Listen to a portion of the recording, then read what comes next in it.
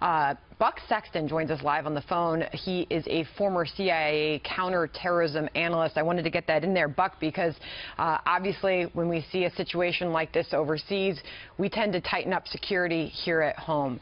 What do you make of what you're seeing and hearing so far? Clearly, it has all the hallmarks of a terrorist attack, and whether it's ISIS-inspired or ISIS-directed, it could even be what is more recently referred to as remote control, where you have a terrorist group, a jihadist entity, that is actually telling somebody every step of the way, get the vehicles here, get your target set in this place. And so those are all things that we'll be finding out in the next few hours, the next few days. But so far, the target set alone is indicative of it being a terrorist attack. The fact that this is a heavily trafficked area, it's using a tactic we've seen before by those who were remote control or inspired by ISIS. And so it's all lining up right now, and it's just unfortunately one of these incidents where people are going to be asking questions like, how can we stop this? How can we prevent this? Very difficult to prevent a low-tech attack like this, which can also be a mass casualty low-tech attack. And Buck, Sky News just tweeted out basically sort of a update of where we are, what we know at this point, knowing that a number of people have been run over after this van hit crowds in the Les Rambles area of Barcelona. Several people injured. According to police at this point, the driver of the van reportedly fled on foot after the crash.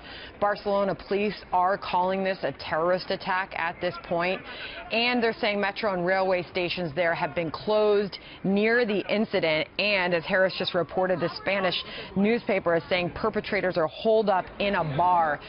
What would the situation on the ground be like for the police and the feds in this area, Buck, at this point, knowing what we know? Well, they're going to be coordinating with emergency services units to handle the imminent threat of these individuals now reportedly holed up in a bar. That could quickly, it probably is already, become a hostage situation.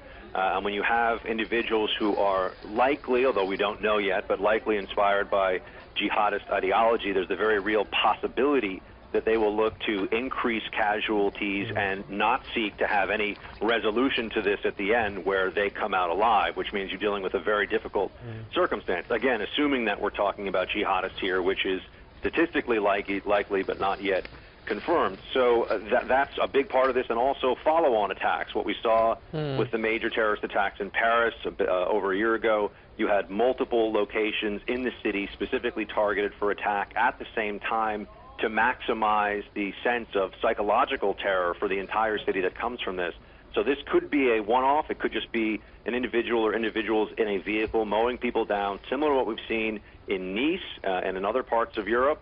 Or this could be an incident that leads to follow-on attacks. And so that's why the authorities are really working against the clock, and the time right now is not on their side. All right, Buck Sexton, thanks for jumping on the phone for us. Thank you very much.